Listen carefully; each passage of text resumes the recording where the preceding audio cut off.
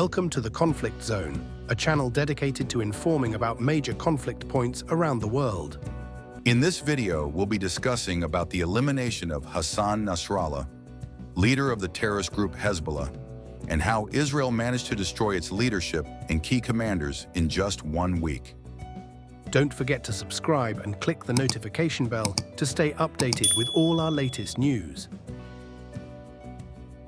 On the morning of this Saturday, September 28th, the Israel Defense Forces confirmed the elimination of Hassan Nasrallah, the leader of the Lebanese terrorist group Hezbollah, following a powerful and precise airstrike that on Friday, September 27th, completely destroyed Hezbollah's headquarters in Beirut. When a bunker buster bomb is dropped from a plane, it penetrates deep into the ground and can reach an underground bunker before exploding. These bombs are designed with a delayed fuse that is activated when it's dropped. And once they reach the ground, their speed and hardened steel casing allows them to burrow deep. The delayed fuse ensures. In addition to Nasrallah, the attack also eliminated Ali Karki, commander of the group's Southern Front, which is responsible for attacks against northern Israel. Once again, Israel used its powerful F-15 Eagle fighter jets. The Israel Defense Forces released images showing F-15I fighter jets from the Israeli Air Force's 69th Squadron taking off from Hatzerim Air Base to carry out the elimination of Hezbollah's terror chief, Hassan Nasrallah, in Beirut on Friday. אתם הבאתם פה הצגת ניצחון, אני מקווה. יישר כוח. אנחנו מאוד מקווים שגדענו פה את ארגון הטרור הזה. יישר כוח, גאווה גדולה. תודה רבה מחר. אנחנו נגיע לכל אחד, לכל מקום, ונעשה כל מה שנדרש כדי להחזיר את החטופים ותושבי הצפון הביתה.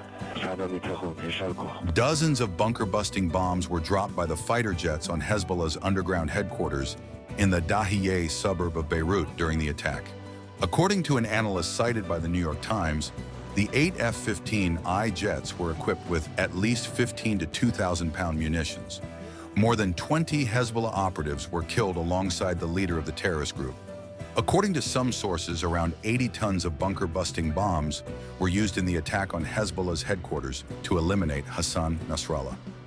According to the military, among those killed at Hezbollah's underground headquarters in the Dahieh suburb of Beirut were Ali Karaki, the commander of Hezbollah's Southern Front, Ibrahim Hussein Jazini, head of Nasrallah's personal security unit, Samir Tawfiq Deeb, an advisor to Nasrallah, Abdel Amir Mohammed Sablini, responsible for Hezbollah's force buildup, Ali Naif Ayub, responsible for Hezbollah's firepower. The IDF says that Jazini and Deeb were among the closest people to Nasrallah and were therefore a significant source of knowledge regarding the ongoing functioning of the Hezbollah terror organization and Nasrallah in particular. The Hezbollah commanders and Nasrallah had been gathered in their main underground command center in Beirut when they were struck. The IDF says the site was located beneath residential buildings, close to a United Nations-run school. 53 meters, that's the distance between a UN school and Hezbollah's underground headquarters, where Hassan Nasrallah was eliminated along with more than 20 additional terrorists. The terrorists were in Hezbollah's central headquarters, located in the heart of Beirut, beneath civilian buildings. This unequivocally proves that Hezbollah hides among civilians, putting the Lebanese civilian population at risk. But who was Hassan Nasrallah, and how did Israel manage to eliminate the leadership and key commanders of the world's largest and most well-armed terrorist organization in just over a week? At 64, Nasrallah had led the group since 1992, following the death of his predecessor Abbas al-Musawi, who was also eliminated by Israel.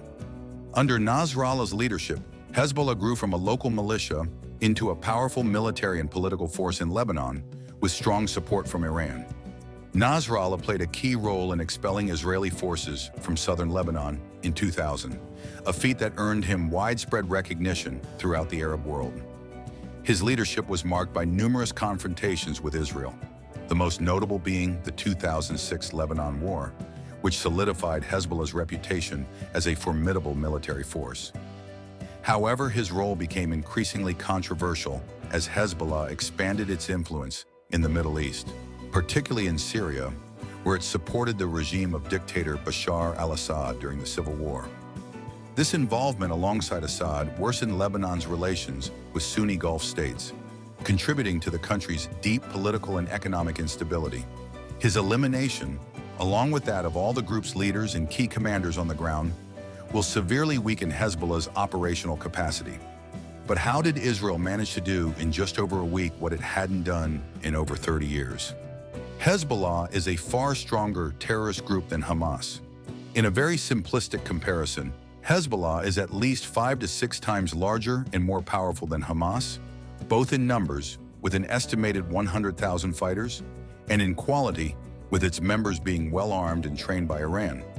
If it took Israel several months to eliminate Hamas, losing hundreds of soldiers and vehicles in the process, a large-scale frontal assault against Hezbollah in Lebanon would take much longer, with the potential for far more casualties for the Israeli army. That's why Israel's strategy was very clever. The Israelis first opted to incapacitate the leaders of the group's main cells by remotely detonating their pagers and radios, an action that went down in the history of warfare as one of the most inventive and daring military operations. This alone killed or injured close to 5,000 important Hezbollah members.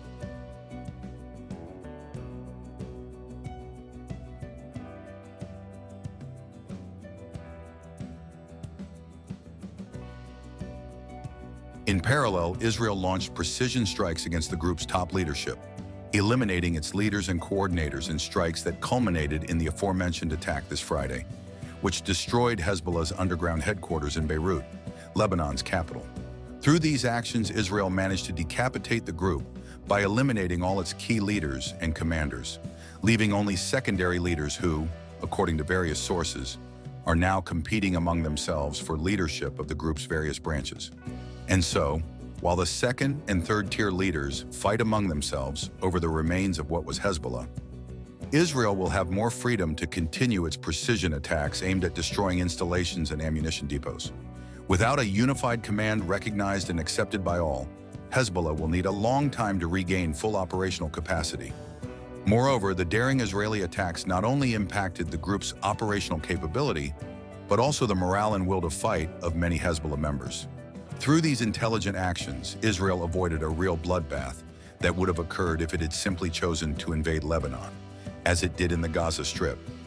With Hezbollah members lacking a unified and reliable means of communication, and with their leadership completely decapitated, Israel will take advantage of this moment, continuing its attacks to destroy as many of the group's installations as possible, with very well-defined objectives: decapitate the leadership of the terrorist group, eliminate the threat to the state of Israel, and most importantly, send a strong message to anyone who dares to attack the state of Israel.